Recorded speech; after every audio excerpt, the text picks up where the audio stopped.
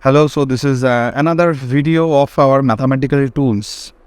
We already have done couple of classes on the mathematical tools. We have done trigonometry, we have done differential calculus. Differential calculus के अंदर हमारा जो maxima minima theorem था वो भी हम लोग डिस्कस कर लिए थे.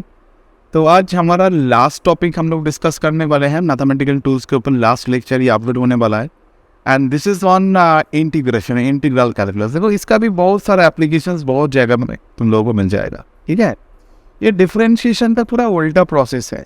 जैसे डिफरेंशिएट करना मतलब हम लोग किसको स्प्लिट करते हैं, राइट? We split something. अगर कोई भी चीज़ को हमको एनालाइज करना पड़ता है तो उसका एक छोटा सा हिस्सा हम लोग ले लेते हैं तो हमको बहुत आसानी से इसको समझ में आ जाता है. Suppose we have something very much non uniform.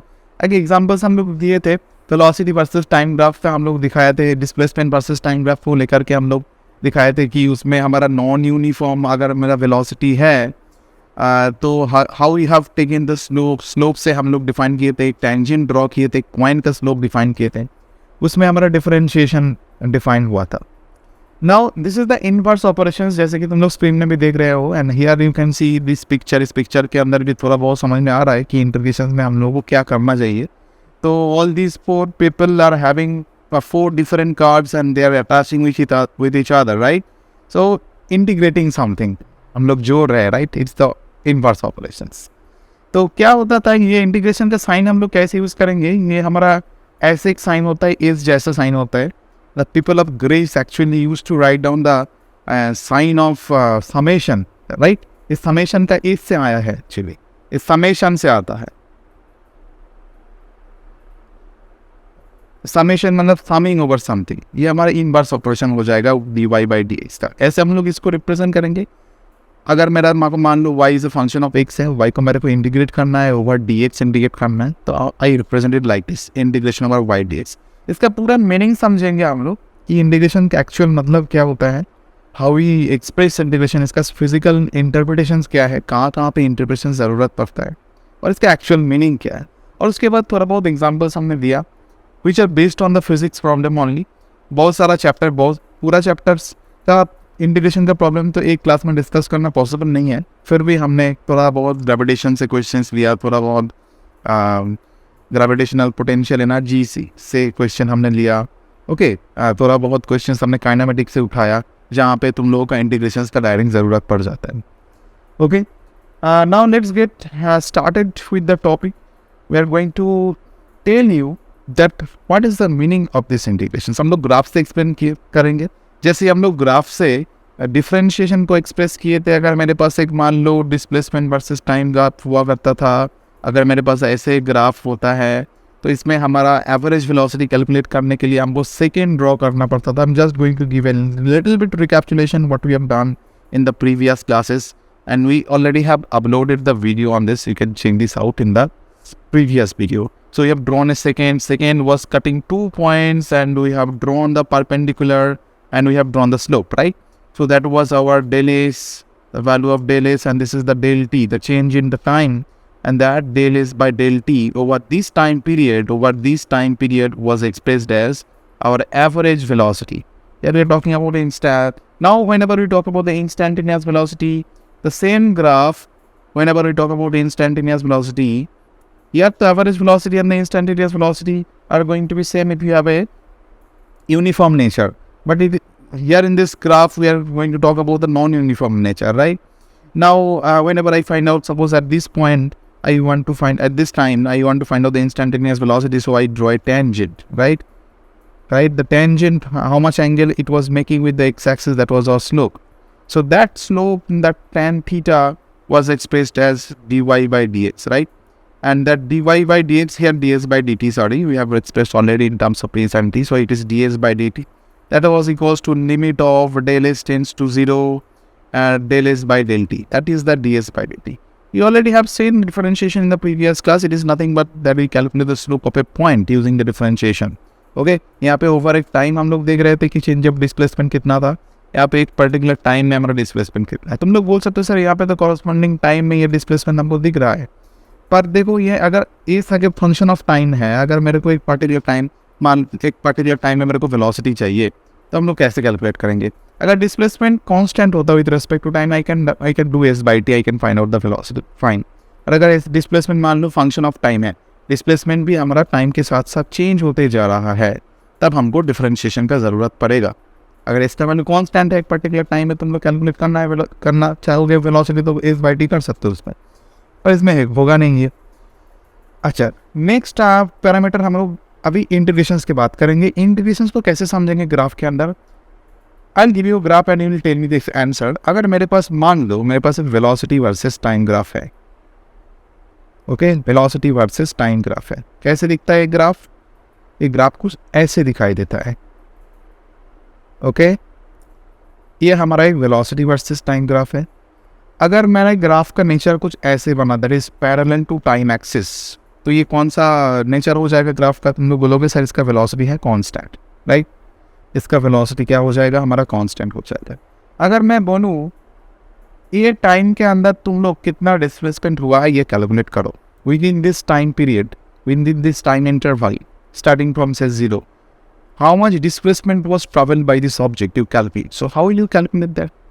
कैसे इसका कैलकुलेट करोगे तुम लोग? इसका ये जो कॉन्सेप्ट है क्लास 9 का कॉन्सेप्ट मैं बता रहा हूँ, ये CBSE क्लास 9, ICSE क्लास 9 में पढ़ाया जाता है, ठीक है। हर एक बोर्ड में क्लास 9, 10 के अंदर ये सब कंप्लीट हो जाता है। तो तुम लोग बोलोगे सर इसका हम लोग फाइंड आउट करेंगे इसका एरिया, राइट? तो इसका अगर एरिया हम लोग कैलकुलेट करते हैं तो ये एरिया ऑफ रेक्टेंगल हो जाएगा। रेक्टेंगल का एरिया क्या होता है? ये हमारा हो गया लेंथ, कितना हो गया रेक्टेंगल का, ये टाइम हो गया। और ब्रेथ मान लो ये v है, दैट इज़ द वेलोसिटी, इसका कि वेलोसिटी v हो जाएगा, कुछ कांस्टेंट वेलोसिटी मान लो v है, राइट? दिखाई दे रहा है ना? ओके, तो एक मिनट रुक जाओ बस।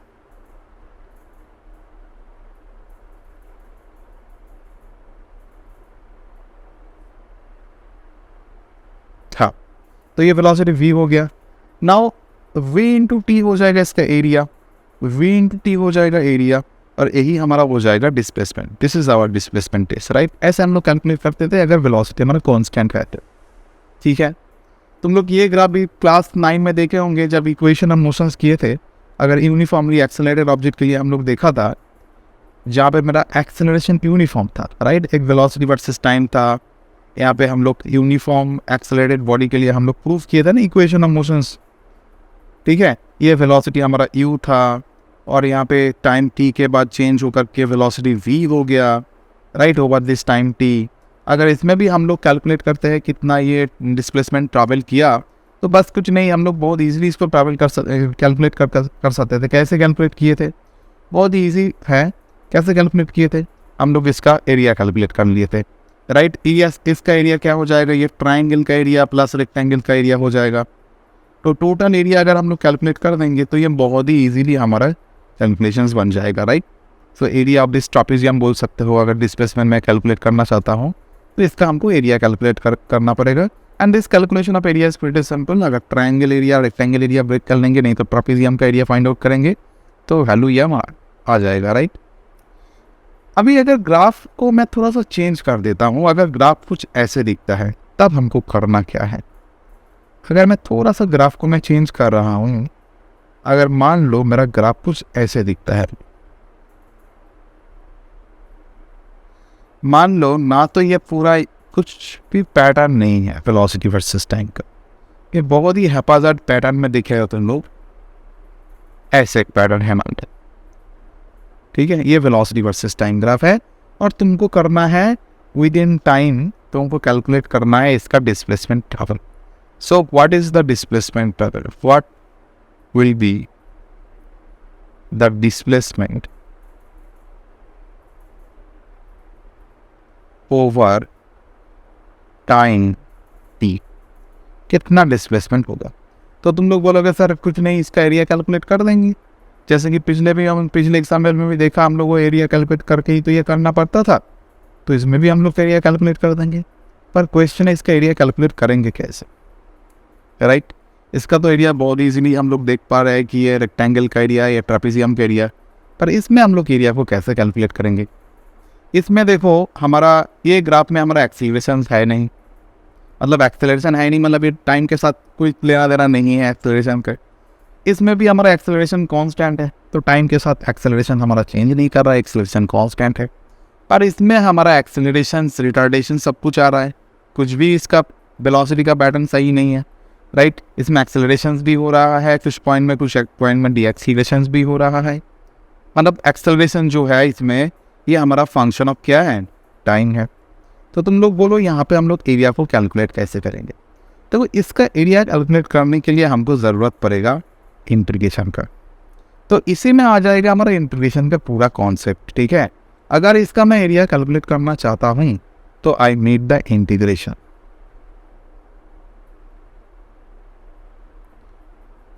हमको कुछ चीज़ जोड़ना पड़ेगा, ठीक है। तो कैसे जोड़ेंगे, बहुत ही सिंपल सा फंडा है, देख लो यहाँ पे। मैं ग्राफ को थोड़ा सा जूम इन करता हूँ, ठीक है। मैं क्या करूँगा, देखो कुछ चीज़ इंटीग्रेट करने के लिए तुमको पहले एक छोटा सा हिस्सा मानना पड़ेगा, ठीक है। इंटीग्रेट किसके ऊपर करोगे, कुछ छोटा चीज़ के ऊपर इंटीग्रेट करोगे। जैसे कि तुम लोग ये एग्जाम्पल में देख रहे हो, इसमें हमारा छोटा छोटा कार्ड्स है, इसको मिला के हम लोग एक बड़ा कार्ड बना रहे हैं, राइट। तो नाउ यहाँ पे भी हम लोग आ जाएंगे इसमें, तो हमको क्या करना पड़ेगा, एक छोटा सा एरिया मानना पड़ेगा, जहाँ पे मान लेंगे हम लोग वेलोसिटी कांस्टेंट हो। मान लो एक छोटा सा स्ट्रिप में मान रहा हो, इसी में ही ये एक बहुत ही छोटा सा स्ट्रिप है, और बहुत ही छोटा सा मतलब हमारा डेंसिटी टेंड्स टू 0, मतलब इसको मैं dt से एक्सप्रेस कर सकता हूँ ना, can I express is at dt, बहुत सिंपल। और तुम लोग बोलोगे इसका कॉरस्पॉन्डिंग जो वेलोसिटी होगा, मतलब ये जो वेलोसिटी होगा, ये जो वेलोसिटी, थोड़ा बहुत डिफरेंस दिख रहा है, पर ये दोनों इतना पास है ना, ये स्ट्रिप इतना छोटा है कि मतलब ये पॉइंट और ये पॉइंट बहुत ही करीब है। It's not in the diagram I have drawn in magnified way so that you can understand. अगर इसके बहुत क्लोज बनाऊंगा तो समझ में नहीं आएगा कुछ, पर इसका जो कॉरस्पॉन्डिंग वैल्यू वो वेलोसिटी होगा, दोनों के लिए ऑलमोस्ट सेम हो जाएगा। थोड़ा बहुत तो चेंज है, पर ये जो अगर मैं ड्रॉ करूँगा थोड़ा बहुत, ये तुम लोग देख रहे हो थोड़ा बहुत एक ट्राइंगल हमारा लेफ्ट ओवर पोर्शन में बच गया, पर ये ट्राइंगल का एरिया हम लोग नेग्लेक्ट कर सकते हैं क्योंकि ये value of dt so small. तो ये dt टाइम पीरियड के लिए, for this dt time period the velocity remains constant, can I say that, ये वेलोसिटी हमारा कांस्टेंट हो गया। इसमें हमारा वेलोसिटी कांस्टेंट, इसमें हमारा वेलोसिटी कांस्टेंट नहीं था, ठीक है, एक्सेलरेशन कांस्टेंट था, पर इसमें हमारा वेलोसिटी, ये छोटा टाइम के लिए हम लोग वेलोसिटी को कांस्टेंट मान लिया। Now can I calculate the area, पूरा का तो एरिया एक साथ कैलकुलेट नहीं कर पाएंगे, पर इसका तो एरिया ज़रूर कैलकुलेट कर पाएंगे। इसका एरिया कितना हो जाएगा, तो रेक्टेंगल दिख रहा है हमारा, तो इसका एरिया हो जाएगा, what is the area, I will write it as, we can write area. Area में क्या मिलता है हमारा, वेलोसिटी वर्सेस टाइम ग्राफ का एरिया में क्या मिलता है, डिस्प्लेसमेंट मिलता है। तो ये तो पूरा डिस्प्लेसमेंट है ही नहीं, तो ये छोटा सा डिस्प्लेसमेंट है, तो इसका नाम हम लोग दे देंगे ds, ठीक है। तो ds नाम दे दिया, तो ds का वैल्यू कितना हो जाएगा, इसका लेंथ क्या है हमारा v है, इसका ब्रेथ क्या है dt है, तो हो जाएगा ds is equal to v dt। बात समझ में आ गया, बोलो। तो ds का वैल्यू हमारा समझ में आ गया। तो ऐसे छोटा छोटा हम लोग ds मान लेंगे तो हमारा पूरा ये एरिया कवर अप हो जाएगा। ऐसे छोटा छोटा स्ट्रिप में मान के गया तो मैं पूरा एरिया कवर अप कर लूँगा, राइट। तो फ्रॉम देयर देखो ये एक्सप्रेशन कहाँ से आया, बेसिकली वेलोसिटी का वैल्यू क्या होता है, ds/dt होता है। ये तो हम लोग डिफरेंशिएशन में ही देख लिया था। तो ds हो गया हमारा v/dt। अगर इसमें से हमको मेरे को कैलकुलेट करना है s, तो हमको करना है समिंग ओवर ds, मतलब हम लोग ds ऐसे जोड़ते जाएंगे तो हमारा पूरा एरिया मिल जाएगा। तो इसका जो एक्सप्रेशन है इसी को हम लोग इंटीग्रेशन के एक्सप्रेशन में लिखते हैं, हम लोग लिखेंगे इंटीग्रेशन ओवर ds। तो इंटीग्रेटिंग ओवर ds अगर हम लोग करेंगे, मतलब समिंग ओवर ds करेंगे, तो हमको क्या मिल जाएगा, पूरा डिस्प्लेसमेंट s मिल जाएगा। बात समझे। तो ये हम लोग कैसे लिखेंगे, तो ये हो जाएगा हमारा इंटीग्रेशन ओवर v/dt। बात समझ में आया। तो s का वैल्यू जो आया वो हमारा इंटीग्रेशन ओवर v/dt ऐसे हम लोग लिख सकते हैं। So this is how we can calculate the total displacement trouble. देखो मैं एग्जाम्पल के एकदम डायरेक्टली फिजिक्स का एग्जाम्पल दे दिया ताकि तुम लोग इसको रिलेट कर पाओ। अगर मैं y/dx से एक्सप्रेस करता फिर हम लोग एग्जाम्पल में आ जाते, थोड़ा बहुत इसका रिलेट करना मुश्किल हो जाता है तब, ठीक है। अभी तुम लोग बहुत अच्छे से इसको रिलेट कर पाओगे कि क्या हो रहा है चीज़, ठीक है। एस हो गया integration over v/dt। So this is our integration, right, this is how we are integrating. बात समझ में आया। अरे तो फिर इंटीग्रेशन करना मतलब हम लोग क्या परफॉर्म कर रहे हैं, एक्चुअली इंटीग्रेशन किसी चीज़ का हम लोग कर रहे हैं यहाँ पे velocity integrating, we are integrating, किसके ऊपर इंटीग्रेट कर रहे हैं, ds के ऊपर हम लोग इंटीग्रेट कर रहे हैं, तो हमको s मिल रहा है। Okay, over the time dt we are integrating, क्योंकि यहाँ पे वेलोसिटी देखो, एक चीज़ तो तुम लोग समझ में आ रहा है ना, यहाँ पे देखो वेलोसिटी हमारा नॉन यूनिफॉर्म है, इसलिए तो ये ग्राफ बहुत जिगजैग पैटर्न में मिला हमको। तो अगर कोई भी चीज़ नॉन यूनिफॉर्म हो रहा है, तो अगर मेरे को कैलकुलेट करना है तो हमको इंटीग्रेशंस का ज़रूरत पड़ता है। ठीक है, तो इंटीग्रेशंस करना मतलब एरिया को कैलकुलेट करना, यानी इंटीग्रेटिंग ओवर v dt, मतलब यहाँ पे इंटीग्रेशन ओवर v dt हो रहा है, मतलब एरिया अंडर क्या हो रहा है, एरिया अंडर vt ग्राफ हो रहा है। सो इंटीग्रेट करना मतलब ग्राफ का एरिया कैलकुलेट करना, पर इसका तरीका थोड़ा सा अलग होता है। अभी देखो ये तो समझ में आ गया। अभी दोनों टाइप के इंटीग्रेशंस का हमारा बात चलेगा पूरे के पूरे फिजिक्स में। ये दोनों टाइप जो इंटीग्रेशंस होगा, यहाँ पे एफ एक्स डी एक्स करके बताया गया है, ये सब पहले समझ मतलब देख लोगे तो थोड़ा सा गड़बड़ हो जाएगा समझने में, इसलिए मैं थोड़ा सा ऐसे एग्जाम्पल दे करके इसको किया। देखो दोनों टाइप का इंटीग्रेशंस हो रहा है। कौन कौन सा टाइप का इंटीग्रेशन, दो टाइप का इंटीग्रेशन होता है, एक तो होता है डेफिनेट इंटीग्रेशन और दूसरा होता है इनडेफिनेट इंटीग्रेशन। कैसे, थोड़ा सा ग्राफ में आ जाएंगे। इनडेफिनेट इंटीग्रेशंस मतलब हमारा कोई भी रेंज नहीं है, कुछ भी लिमिट मतलब कुछ भी लिमिट्स नहीं है। ठीक है, सपोज मान लो मेरे पास एक चीज़ बोला गया है, मतलब मान लो अगर मान लो मेरा ये अर्थ में इतना पानी है, तो हमारा पूरा गैलेक्सी में हो सकता है कि दूसरा कोई प्लानट में पानी हो, दूसरा कोई गैलेक्सी का कुछ और भी प्लानट हो सकता है उसमें कुछ पानी वगैरह हो। तो पूरे गैलेक्सी में कितना पानी होना चाहिए तुमको यहाँ पे इंडिकेट करके करना पड़ेगा, पर यहाँ पे तो कुछ लिमिट्स नहीं है ना, गैलेक्सी का एंड तो कुछ नहीं है, right. In higher end physics we study the limit, पर यहाँ पे हम लोग लिमिटलेस मानेंगे इसको। तो ये अगर इंटीग्रेशंस की बात कर रहे हैं तो ये हो जाएगा इनडेफिनिट। देखो इनडेफिनिट इंटीग्रेशंस परफॉर्म करके ना हमारा जो वैल्यू मिलेगा, it will represents a family of function. ये फैमिली ऑफ फंक्शंस को ही रिप्रेजेंट करेगा। मतलब अगर मैं एक्स के ऊपर इंडिकेट कर रहा हूँ तो मेरा जो आंसर आएगा ये एक्स के टर्म पे ही आएगा। ठीक है, ये होता है हमारा इनडेफिनिट इंटीग्रेशन।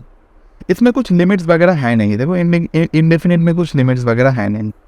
फिर अगर डेफिनेट की बात करेंगे तो इसमें हमारा लोअर लिमिट और अपर लिमिट आ जाएगा, मतलब हमारा कुछ रेंज फिक्स्ड है, कहाँ से कहाँ तक पैर को इंटीग्रेट करना है, एरिया कहाँ से कहाँ तक कैलकुलेट करना है, एक बाउंड्री दे दिया गया है।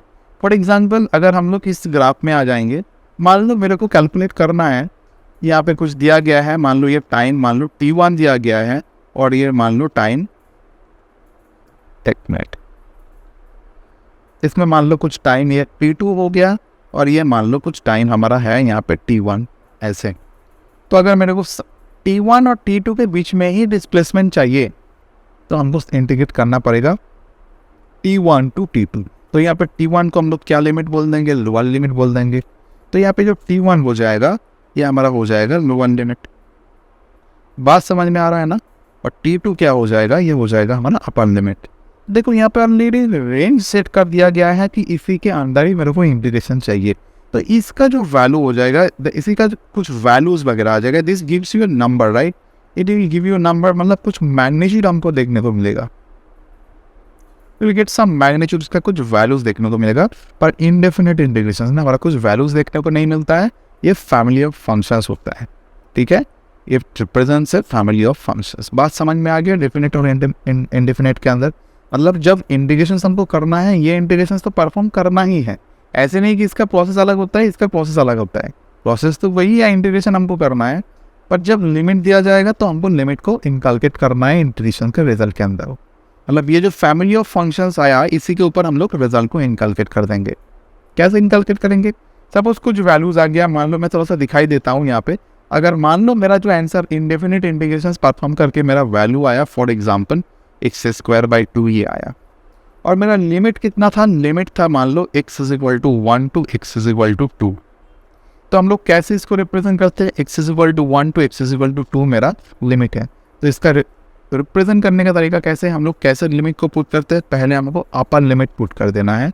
मतलब ये हो जाएगा 2² 2 माइनस हमको लोअर लिमिट पुट करना है। लोअर लिमिट में क्या है, x = 1 है, तो x की जगह में हम लोग 1 को पुट कर देंगे, तो ये हो जाएगा 1² 2, मतलब ये हो जाएगा 4/2, दिस 2 माइनस ये हाफ हो जाएगा। ओके, मतलब फाइनली कितना हो गया हमारा 3/2, ये हो जाएगा हमारा आंसर। देखो इसमें एक वैल्यू मतलब मिल रहा है हमारा, राइट। ये जस्ट मैंने एक एग्जांपल दिया कि कैसे हमको लिमिट को पुट करना है, ठीक है। जैसे कि डिफरेंशिएशन में बहुत सारा फॉर्मूलाज हुआ करता था, इसमें भी बहुत सारा फॉर्मूला आ जाएगा। और इसका अगर डिफरेंशिएशन का फॉर्मूला तुम लोगों को याद है तो इंटीग्रेशन का फॉर्मूला याद रखना थोड़ा बहुत आसान है, क्योंकि रिवर्स प्रोसेस बन रहा है, ठीक है। तो रिवर्स प्रोसेस जैसे कि मैं यहाँ पे तुम लोगों को तो PDF ये मिल जाएगा, लिंक डिस्क्रिप्शन बॉक्स में दिया जाएगा, link you can download the PDF using that link.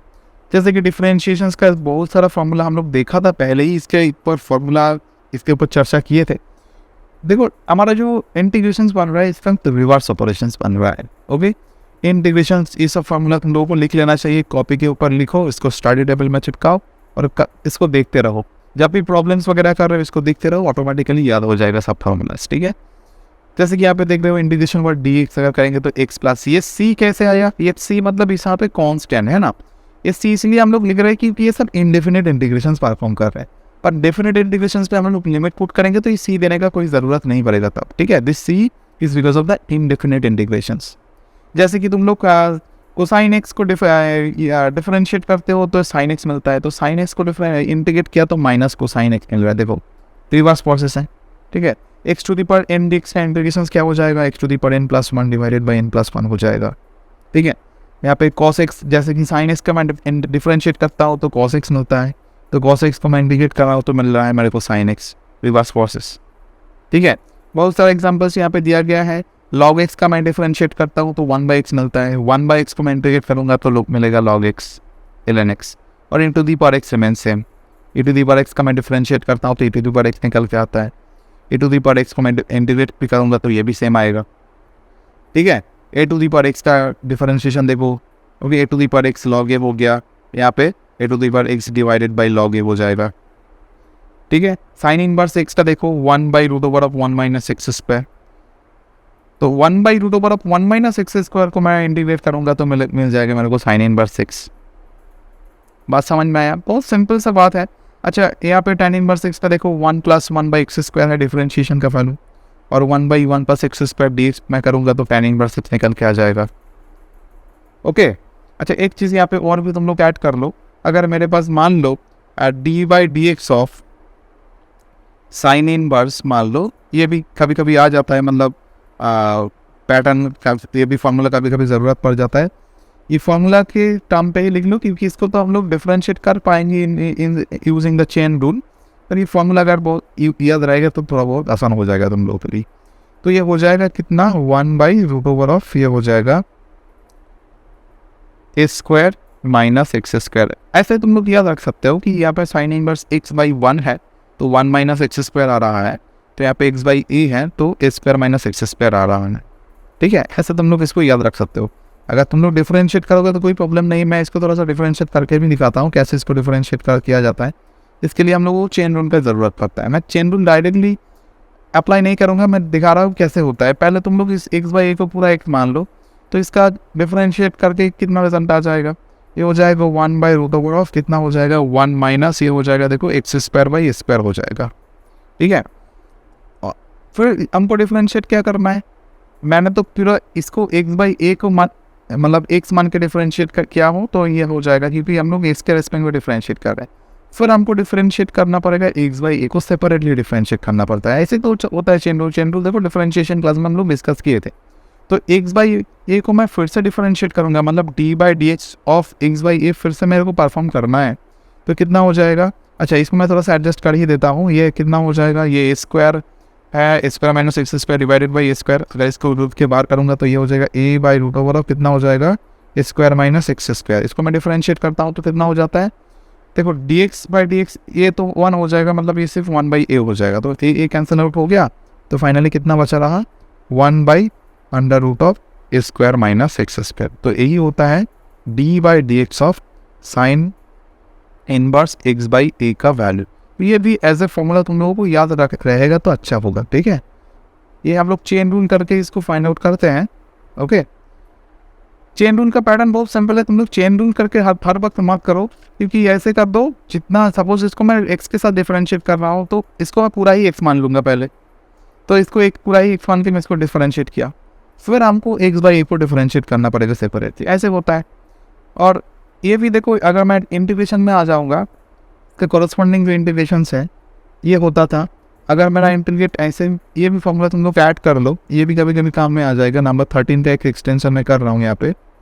अगर मेरा इंटीग्रेशन है मान लो d x divided by root over of, ये मान लो मेरा है स्क्वायर माइनस एक्स स्क्वायर, तो ये कुछ नहीं, ये इंटीग्रेट करके हमको अपोजिट मिल जाएगा साइन इनवर्स एक्स बाई ए। ठीक है, ये भी एक पैटर्न होता है, इसको भी थोड़ा सा नोट डाउन कर लो, ये हो जाएगा साइन इनवर्स एक्स बाई ए। ठीक है, तो इसका पूरा फॉर्मूला जो भी है तो तुम लोग कॉपी में लिख करके इसको, you have to keep it in front of your study table. तो रूल्स बहुत ही सिंपल है इंटीग्रेशंस का। अगर मेरे पास एक कांस्टेंट मल्टीपल रूल क्या होता है, अगर मान लो मेरे पास एक कांस्टेंट मल्टीप्लाई हुआ है विथ वाई डी एक्स, मैं y as a function of x मान रहा हूँ, वाई को यहाँ पे एफ एक्स करके दिखाया गया है, तो कुछ नहीं, मैं कांस्टेंट को बाहर कर लेता हूँ और जो एक्स है, एक्स रिलेटेड पैरामीटर है, उसको मैं डिफरेंट इंटीग्रेट करता हूँ। जैसे कि मैं बोल रहा हूँ एग्जाम्पल, एक एग्जाम्पल मैं दे दूँगा। सपोज मेरे पास मान लो है root 5x square d x, इसको मेरे को इंटीग्रेशन करना है। क्या है यहाँ पे y इज इक्वल टू क्या है 5x स्क्वायर है, y is a function of x है, मेरे को y डी एक्स कैलकुलेट करना है। मतलब y और x के जो ग्राफ बनता है इसको मैं एरिया, उसका एरिया मेरे को कैलकुलेट करना है। इनडेफिनेट इंटीग्रेशन का ही मैं बात कर रहा हूँ। तो यहाँ पे कांस्टेंट कौन सा है 5 है, तो मैं 5 को बाहर कर लूँगा, ये हो जाएगा integration over x square d x हो जाएगा। तो एक्स स्क्वायर मतलब x to the power n का फॉर्मूला अप्लाई करना है। Integration over x to the power n d x का फॉर्मूला क्या होता है, x to the power n plus 1 divided by n plus 1 plus constant होता है। तो ये हो जाएगा 5x क्यूब बाई कितना हो जाएगा बोलो 3 हो जाएगा प्लस कॉन्स्टेंट, ऐसे हमारा परफॉर्म हो जाएगा। बस समझ में आया।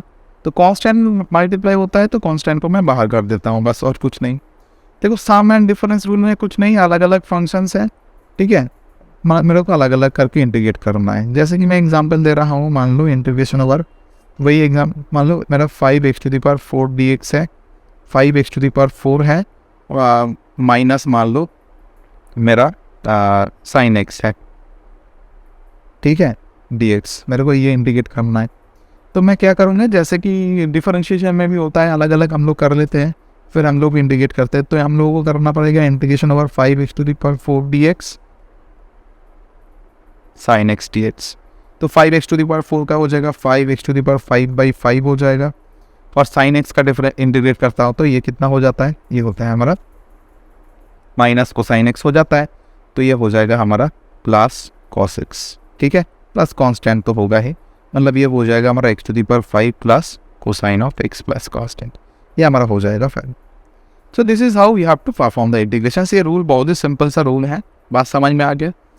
थोड़ा बहुत हम लोग एप्लीकेशंस में आ जाएंगे। ठीक है, हम लोग आ जाएंगे थोड़ा बहुत एप्लीकेशंस में। I hope people have understood the integrations. बहुत सारे एग्जांपल्स भी बाकी है हमारा, थोड़ा बहुत एग्जांपल्स भी देंगे तो ताकि तुम लोग इसको रिलेट कर पाओ, क्योंकि हर एक चीज़ में क्या होता है ना, तुम लोगों को रिलेट करना पड़ता है। ठीक है, जो भी कर रहे हो इसको रिलेट नहीं कर पाओगे रियल लाइफ के साथ, थोड़ा मज़ा नहीं आएगा, फिर फिजिक्स थोड़ा सा बोरिंग हो जाएगा तुम लोगों के लिए। ठीक है, तो ये सब कुछ हर जो चीज़ है इसको थोड़ा सा रिलेट करते करते जाओ तो you can feel its test.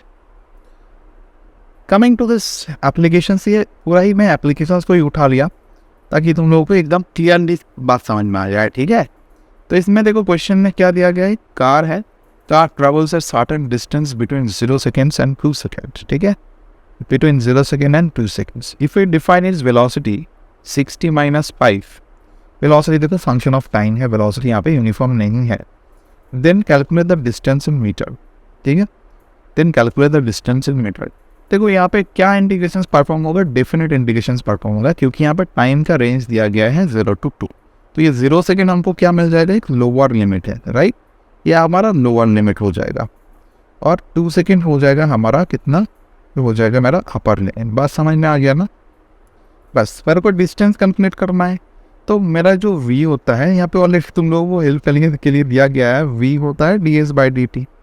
तो मेरे को क्या करना है, एस कैलकुलेट करना है। तो ds का वैल्यू कितना हो जाएगा, मैं integration over summing over ds ही करेंगे ना v/dt, तो मेरे को एस चाहिए, मतलब इंटीग्रेशन ओवर v/dt कर देंगे तो आ जाएगा मेरा आंसर।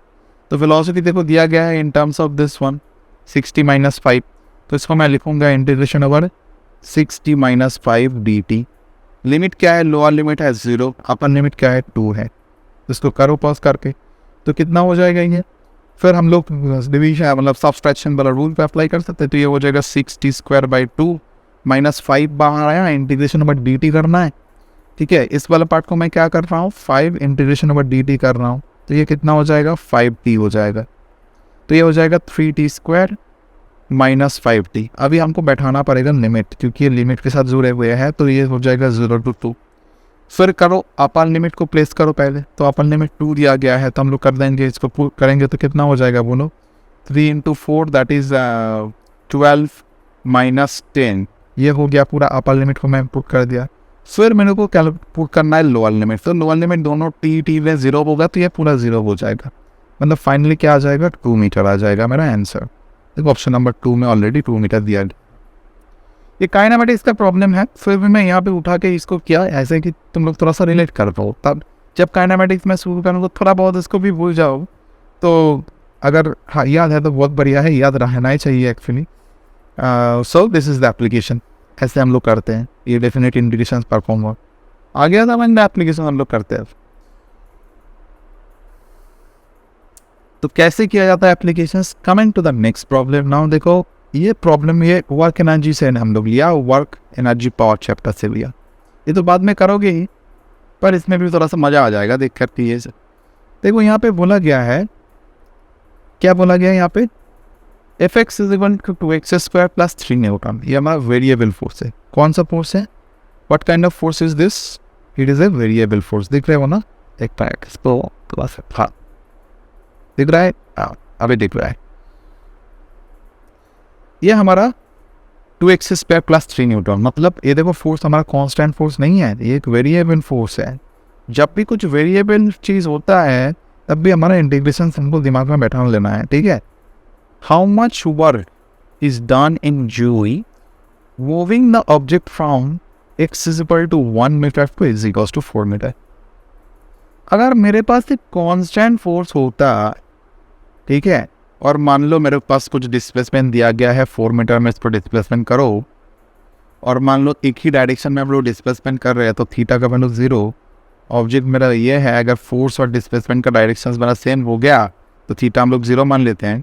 तो मेरा वर्क डन कैलकुलेट बहुत आसान था, उसमें हम लोग बस फोर्स और डिस्प्लेसमेंट को मल्टीप्लाई कर देते हैं, मेरा वर्क डन निकल जाता था। पर इसमें तो फोर्स कांस्टेंट है नहीं, फोर्स कैसे है, वेरिएबल फोर्स है। मतलब हो सकता है मेरा ग्राफ कुछ ऐसा है, ये एफ ये एक्स हो गया, डिस्प्लेसमेंट एस हो गया। मान लो मेरे पास कुछ ऐसे ग्राफ दिया गया है, कुछ ऐसे ग्राफ है, कुछ भी हो सकता है, ये ऐसे ग्राफ मान लो। तो इसमें एक वेरिएबल फोर्स है। फोर्स हो सकता है धीरे धीरे इंक्रीज हो रहा हो सकता है धीरे धीरे घट रहा हो। एग्जाम्पल बताओ, फॉर एग्जाम्पल मान लो suppose if I talk about the spring, the spring is connected to this wall, right. Now you are pushing this spring, you are applying some force onto this spring, you want to squeeze the spring, right? तो पहले तो बहुत तुरंत squeeze हो जाएगा। पहले मान लो हमको 0.1 you know we have to make a displacement of 1 centimetre, तो ये 1 सेंटीमीटर डिस्प्लेसमेंट करने के लिए तुमको कुछ फोर्स देना पड़ा मान लो, ठीक है। फिर तुमने जब 1 सेंटीमीटर और भी इसको डिस्प्लेस करोगे तो क्या सेमी फोर्स अप्लाई होगा, क्या हमारा सेमी फोर्स अप्लाई होगा, नहीं होगा, क्योंकि डेफिनेटली हमको तो फोर्स धीरे धीरे बढ़ाना है ना।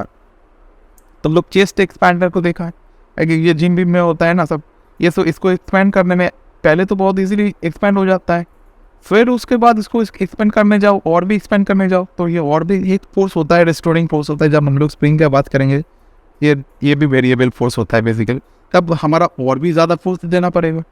तो यहाँ पे हमारा जो फोर्स आएगा डेफिनेटली ये फोर्स इंक्रीज हो जाएगा। तो हमारा कौन सा फोर्स यहाँ पे मिल रहा है, यहाँ पर अब वेरिएबल फोर्स मिल रहा है, तो एक वेरिएबल फोर्स का एग्जाम्पल होगा।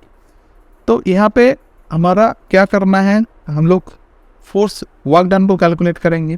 तो यहाँ पे लिखेंगे छोटा सा जो वर्क डन हमको करना पड़ा, ये हम लोग एफ लिख लेंगे, F is equal to d डब्ल्यू बाई डी एच, ऐसे भी रिप्रेजेंट कर सकते हो। तो हमको डब्ल्यू चाहिए, वो इंडिकेट करना है ओवर एफ, तो एफ डी एस, अच्छा डी एस से रिप्रेजेंट किया तो एफ डी एस हो जाएगा। देखो यहाँ पे लिमिट दिया गया है 1 to 4, तो लोअर लिमिट हो जाएगा 1, अपर लिमिट हो जाएगा 4, और फोर्स का वैल्यू कितना दिया गया है, एफ एक्स 2x² प्लस 3।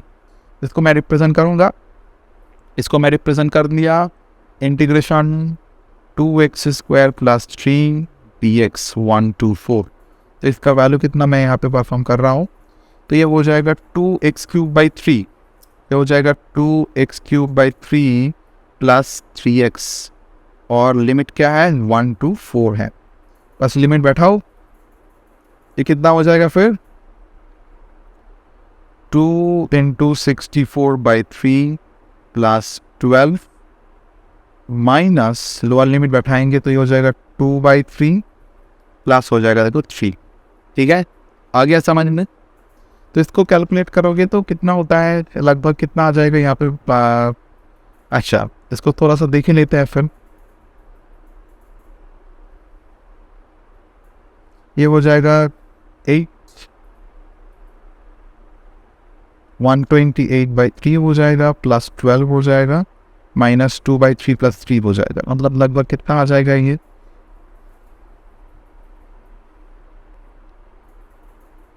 अब तो ये कैलकुलेट करके आ गया लगभग 151/3, राइट। तो 151/3 मतलब this is a little bit greater than 50 के थोड़ा बहुत ज़्यादा ही होगा, थोड़ा बहुत ज़्यादा ही होगा, तो 51 के आसपास आ जाएगा। तो मेरा ऑप्शंस को मैं चेक करूँगा, पूरा ऑप्शंस तो एकदम एक वो मैच नहीं कर रहा है, तो 51 जूल के आसपास आ जाएगा आंसर, ठीक है। सो this is how you calculate. तो एक भी और भी एप्लीकेशन हमने देख लिया, तीसरे एप्लीकेशन में आ जाएगा। देखो मैं 3 चैप्टर से एप्लीकेशन को उठा लिया, पहले तो मैं काइनेमेटिक्स एप्लीकेशन किया, ये हमारा काइनेमेटिक्स में था, मोशन इन मोमेंट डी का मैं बात करा, फिर हमारा ये एप्लीकेशन वर्क एनर्जी पावर में था,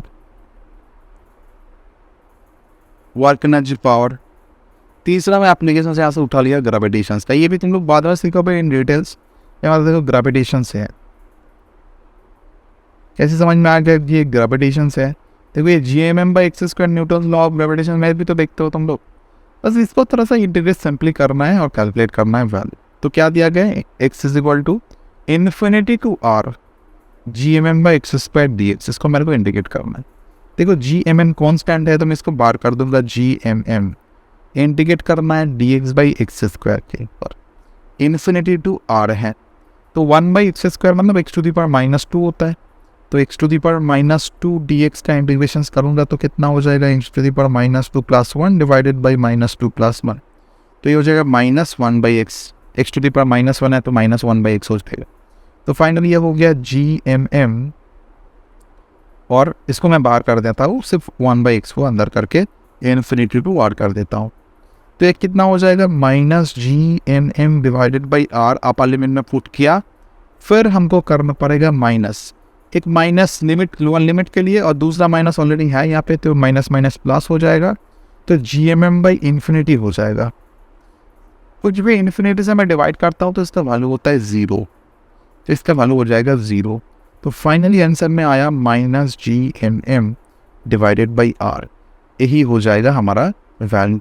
तो ये कैलकुलेट करके हमको क्या बेसिकली मिलता है, देखो ये भी हमारा Gmm/x², ये क्या है बेसिकली, ये भी फोर्स है ना, और ये हमारा डिस्प्लेसमेंट है, ये भी तो हमारा फोर्स है, ग्रेविटेशनल फोर्स के ऊपर है, तो मैं कर रहा हूँ ये जो होता है, तो इसमें हम लोग कुछ वर्क नहीं कर रहे हैं ना, ये इंटीग्रेटिंग ओवर f(dx) तो हम लोग परफॉर्म कर रहे हैं यहाँ पे तो इंटीग्रेशन ओवर f(dx) परफॉर्म कर रहे हैं, तो ये भी हमारा कुछ वर्क नहीं आ रहा है, ये work done in terms of potential energy में स्टोर होता है। Actually this is what we call as potential energy stored in, है ना, एक amount of potential energy on the body, ये पोटेंशियल एनर्जी एक्सप्रेशन। तो मैं थोड़ा सा दिखा दूँ इसका कि क्या होता है, कैसे क्या होता है, कहाँ से पोटेंशियल एनर्जी तो दिख नहीं रहा है, और मान लो ये अर्थ है, ठीक है, इसका मास मान लो m है, और इसका रेडियस कुछ मान लो, this is our radius r, तो इसके ऊपर हम खड़ा है, this is our object, okay, इसका मास मान लो स्मॉल m है। थोड़ा सा यहाँ पे बहुत इंटरेस्टिंग चीज़ मिलेगा, फिर बाद में हम लोग डिस्कस करेंगे, बट फिर यहाँ पे ही मैं बता रहा हूँ कि इसको ऑलरेडी मैं डिस्कस कर दी, ठीक है, बहुत ज़्यादा बताने जाऊँगा तो ये लेक्चर बहुत ही लेंदी हो जाएगा फिर, ओके।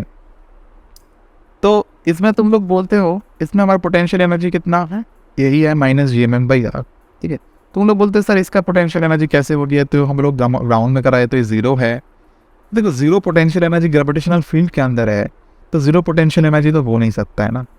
तुम लोग कुछ हाइट में इसको रेज कर दो अर्थ के सरफेस से, ये हाइट में कुछ रेज हो गया, तुम लोग बोलोगे हाँ सर यहाँ पे पोटेंशियल एनर्जी आएगा, कितना पोटेंशियल एनर्जी आ जाता है, mgh आ जाता है, ऐसे बोलोगे तो ये mgh बेसिकली कहाँ से आया, राइट। देखो यही पोटेंशियल एनर्जी है, मैं कैसे इसको एक्सप्रेस करूँगा। तुम लोग जानते हो ना, स्मॉल जी को मैं एक्सप्रेस कर सकता हूँ GM/r², क्लास 9 का कॉन्सेप्ट है। तो GM का वैल्यू कितना हो जाएगा, G×r² हो जाएगा। तो मतलब ये हो जाएगा -mg/r² डिवाइडेड बाई r²। मतलब देखो ये हो गया -mgr, दिख रहा है ना थोड़ा बहुत mg की तरह।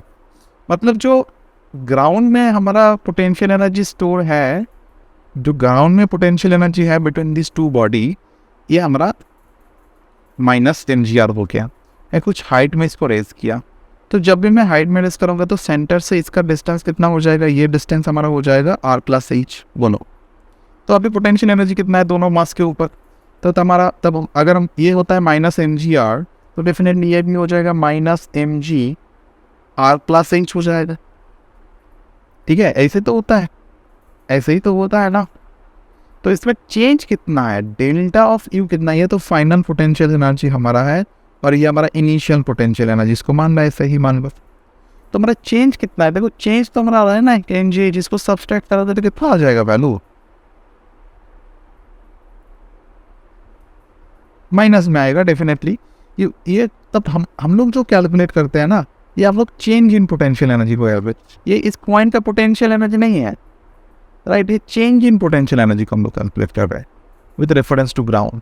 ठीक है, इसलिए हमारा mg जो होता है, हम लोग बोलते हैं कि ग्राउंड में पोटेंशियल एनर्जी 0 है, ऐसे नहीं होता है।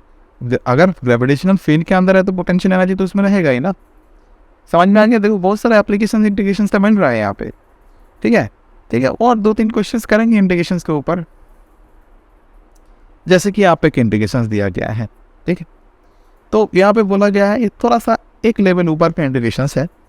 यहाँ पे बोला गया है integration over dx/√2ax - x² is equal to a⁴n sin inverse x/a - 1। मेरे को क्या करना है, मेरे को इन का वैल्यू को फाइंड आउट करना है। तो तुम लोग क्या बोलोगे, सर इसको पहले हम लोग इंटीग्रेट कर लेंगे, फिर हम लोग दोनों साइड को देखेंगे। ये साइन इनवर्स x/a - 1 मतलब कैसे दिख रहा है, ये साइन इनवर्स देखो थोड़ा सा अच्छे से इसको ध्यान दो, ये हो गया x - a/a, ऐसे दिख रहा है ना, x - a/a ऐसे दिख रहा है। मतलब इसको मैं ऐसे एक्सप्रेस करूंगा ताकि a⁴n के साथ मैं कुछ कंपेयर करके इनका वैल्यू निकाल सकूं। तो इसको मैं इंटीग्रेट कैसे कर सकता हूँ, इसको मैं लिखूंगा dx/, अच्छा ये 2ax - x² ना, इसको मैं थोड़ा सा मॉडिफाई करता हूँ। ठीक है, अगर मैं माइनस को फॉर्म में ले लेता हूँ तो मेरा आ जाएगा x² - 2ax। तो इसको मैं लिख सकता हूँ मैं x² - 2ax plus a² - a², तो एक फॉर्मेट हमको मिल जाएगा यहाँ पे। बात तो एक ही रहा ना, कुछ चेंज हुआ नहीं हुआ।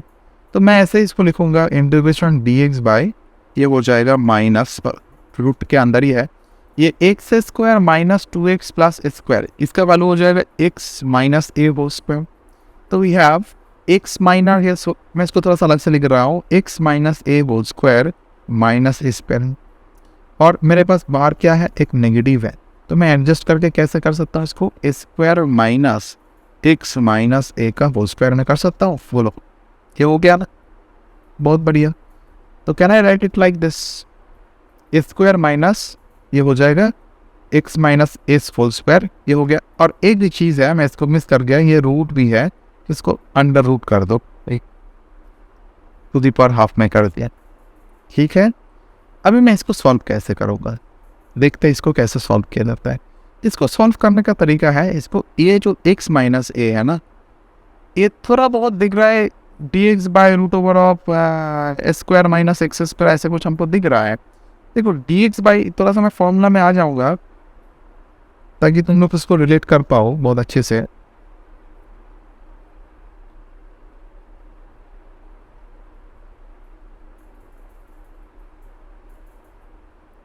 देखो ये फॉर्मूला में देखो, हम लोग इसीलिए इसका बात किया, d/dx of sine inverse x/a जो होता है ये 1/√a² - x² होता है, और dx/√a² - x² का जो इंटीग्रेशन होता है ये साइन इनवर्स x/a होता है। देख रहे हैं ना, तो ये थोड़ा सा फॉर्मेट वहाँ पे आएगा। देखो ये तो तुम लोग करते करते समझ में आ जाएगा कि हमको करना क्या है, इसलिए तो प्रैक्टिस करना है। ऐसा कोई रूल नहीं कोई कि बता के गया है कि इसमें आप इसके अंदर ये सब करोगे तो सब कुछ आ जाएगा तुमको। ठीक है, ये तो प्रैक्टिस करते करते वो लेवल तुमको अचीव करना है। तो ये x माइनस ए को मैं कर लेता हूँ t में रिप्लेस। तो यहाँ पर dx क्या हो जाएगा हमारा dt, a तो कांस्टेंट है, dx क्या हो जाएगा dt। तो मेरा पूरा x को ना t में एक्सप्रेस कर दिया। तो मैं क्या लिख सकता हूँ, ये हो जाएगा इंटीग्रेशन ओवर dt, dx को मैं dt में एक्सप्रेस कर दिया। अभी मैं इंटीग्रेट करूँगा dt के ऊपर, तो ये हो जाएगा under root of a square minus क्या हो जाएगा टी स्क्वायर। देखो अरे ये तो पहला जैसा इक्वेशन दिख रहा है। हमारा क्या था, हमारा इक्वेशन, हमारा फॉर्मूला ये था integration over d x by root over of a square minus x square. इसका जो वैल्यू होता था इंटीग्रेट करके, ये होता था साइन इनवर्स एक्स बाई ए। ठीक है, तो ये क्या हो जाएगा, साइन इनवर्स एक्स बाई ये टी बाई ए हो जाएगा। तो एक इसका रेजन कितना हो जाएगा, साइन इनवर्स हो जाएगा हमारा टी बाई। बात समझ में आया, टी का वैल्यू हम लोग क्या लिए थे, एक्स माइनस ए लिए थे। तो क्या हो जाएगा इसका integration, sine inverse x minus a by a हो जाएगा। बस काम खत्म। तो मेरा पहला इक्वेशन में आ जाएंगे हम लोग। अभी इसको मैं इक्वेट करूँगा इसके साथ। तो अभी मैं इसको इक्वेट करूँगा जिसके साथ, इसको मैं इक्वेट करूँगा, मैं इसको यहाँ पे लिख देता हूँ, sine in a to the power n मेरे पास है, a to the power n sine inverse x by a minus 1 के साथ, मतलब x minus a by a. मैं इसको डायरेक्टली यहाँ पे लिख देता हूँ x minus a divided by a के साथ। बस देखो दोनों पैरामीटर आ गया सेम, कंपेयर करो। तो a to the power n का वैल्यू कितना होगा, अरे भाई ए टू दी पावर एन का वैल्यू कितना होगा फिर। तो ये तो देखो कुछ नहीं है, मतलब 1 है। तो 1 कैसे हो सकता है, मतलब अगर ए टू दी पावर 0 मैं लिखूँ तो ये तो 1 हो सकता है ना। तो a to the power 0 sine inverse x minus a by a is equal to a to the power n sine inverse x minus a by a लिख सकता हूँ। तो इनका वैल्यू कितना हो जाएगा भाई, 0 हो जाएगा यहाँ पे। This is how we calculate. तो इंटीग्रेशन का कितना ब्यूटी है। तो ऐसे हम लोग कैलकुलेट कर लिया, ठीक है, आ गया समझ में। So this is how we calculate. इसका दूसरा प्रोसेस में भी इसको सॉल्व कर सकते थे। इसका दूसरा भी प्रोसेस है जिस जैसे भी इसको हम लोग सॉल्व कर सकते थे। हाँ, तो इसका अल्टरनेटिव मेथड क्या हो जाएगा, अल्टरनेटिव भी क्या कर सकते हैं। अच्छा मैं इसको दोबारा कॉपी कर लेता हूँ ताकि ये समझ में आ जाए तुम लोगों को। तो देखो अल्टरनेटिव मेथड बहुत ही सिंपल है। जैसे कि मैं वो वाला कॉन्सेप्ट यूज़ करूँगा कि हमारा जो इंटीग्रेशन होता है ये अपोजिट प्रोसेस ऑफ डिफरेंशिएशन होता है। तो मैं क्या करूँगा, दोनों साइड को ना डिफरेंशिएट कर दूंगा। मैं अल्टरनेटिव मेथड दिखा रहा हूँ बस। तो दोनों साइड को डिफरेंशिएट करो। तो मैं इसको करूँगा d by d x of integration d x by root over of ये 2ax माइनस एक्स स्क्वायर को मैं ऑलरेडी देखा था, तो मैं यही वैल्यू लिख लेता हूँ। ये square minus x minus square का होल स्क्वायर होता है, तो ये मैं कर देता हूँ square minus x minus a whole square that is equal to d by d x of a to the power n. मेरा प्लस क्या है, साइन इनवर्स ये क्या है, ये हो जाएगा x minus a divided by a, यही तो है। अच्छा d by d x of integration, मैं d by d x integrate करूँगा तो यही वैल्यू निकल के आ जाएगा ना। बात समझ में आ रहा है, अरे गेटिंग माई पॉइंट। अगर मैं ये जो इंटीग्रेट हो रहा है इसको मैं फिर से डिफरेंशिएट करूँगा तो कैसे हो जाएगा, यही वैल्यू निकल के आएगा ना। तो ये कितना हो गया, 1 by root over of a square minus a minus x whole square. अब इसको डिफरेंशिएट करो, a to the power n को मैं बाहर किया। देखो इसमें इंटीग्रेशन की मदद से हम लोग किया, अभी मैं डिफरेंशिएशन को यूज़ कर रहा हूँ यहाँ पे। तो साइन इनवर्स एक्स का डिफरेंशिएशन, मैं एक्स को पूरा ही एक्स मान लेता हूँ। तो प्रोसेस क्या है, a to the power n को मैंने बाहर किया, कांस्टेंट है। तो इसका अगर मैं पूरा एक्स मान लेता हूँ तो 1 बाई क्या होता है, root over of 1 minus x square, मतलब 1 माइनस कितना हो जाएगा, x minus a divided by a का होल स्क्वायर हो जाएगा। फिर हमको सिर्फ यही वाला पैरामीटर डिफरेंशिएट करना है। तो ये क्या है, एक्स बाई ए माइनस 1 है। तो मैं डिफरेंशिएट करूँगा, एक्स बाई ए को डिफरेंशिएट करूँगा तो सिर्फ 1 बाई ए निकल के आ जाएगा। ए बाई ए तो 1 है, इसका डिफरेंशिएशन हो जाएगा 0। ठीक है, मैं इसको अलग से भी दिखा रहा हूँ। डी बाई डी एक्स में क्या कर रहा था, x minus a divided by a कर रहा था। ठीक है, तो ये d by d x of कितना हो जाएगा, एक्स बाई ए हो जाएगा, राइट। इसका डिफरेंशिएशन तो 0 हो जाएगा। ए बाई ए का डिफरेंशिएशन मतलब 1 है, तो इसका डिफरेंशिएशन फिर क्या होगा, 1 बाई ए हो जाएगा। ऐसा हमने किया एक्चुअली। तो देखो इसको थोड़ा सा सॉल्व करो तो ये हो जाएगा ए टू दी पावर एन। अच्छा इसको मैं सॉल्व करूँगा तो ये हो जाएगा 1 बाई रूट ओवर ऑफ कितना हो गया, ये ए स्क्वायर यहाँ पे आ जाएगा, माइनस एक्स माइनस ए स्क्वायर हो जाएगा। मैं एलसीएम किया और नीचे एक स्क्वायर है, तो इसमें मैं ऊपर करूँगा तो ए आपको ऊपर आ जाएगा, और इसके साथ मल्टीप्लाइड है, देखिए 1/a, तो कैंसिल आउट हो गया। देखो वही तो बात आ रहा है,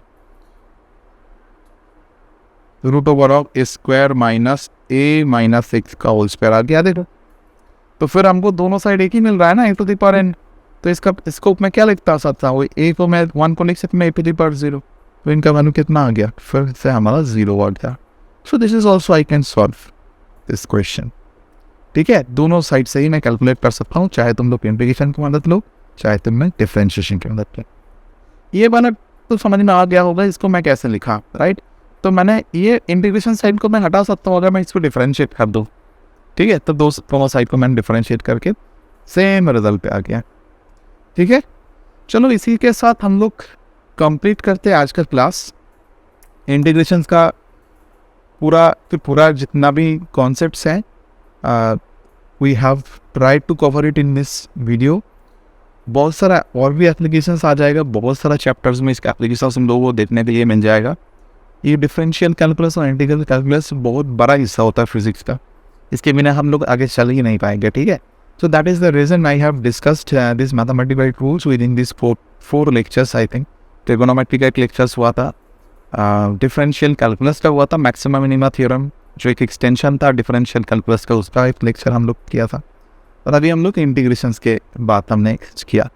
So if you go through these 4 videos, then the life is going to be a little bit easier for you in the coming days, whenever we are going to start the core part of our physics.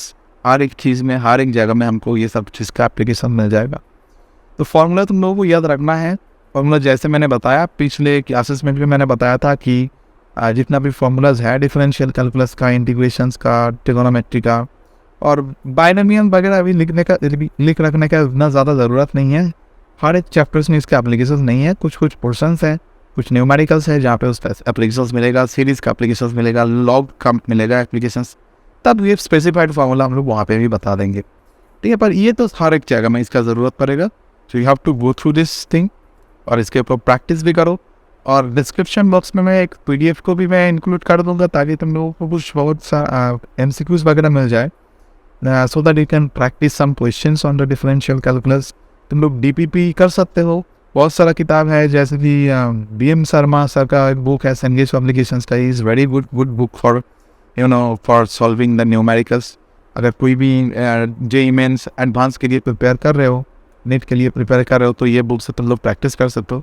Net के लिए तो specially तुम लोग DC पंडे से solve करते हो। BM Sharma में थोड़ा सा एक सेगमेंट ऊपर लेवल का क्वेश्चन मिल जाएगा, ये एडवांस्ड और JEE मेंस के लिए एकदम बिल्कुल सही रहेगा। Okay, so thank you for watching this video, will see you in the next video. Thank you so much.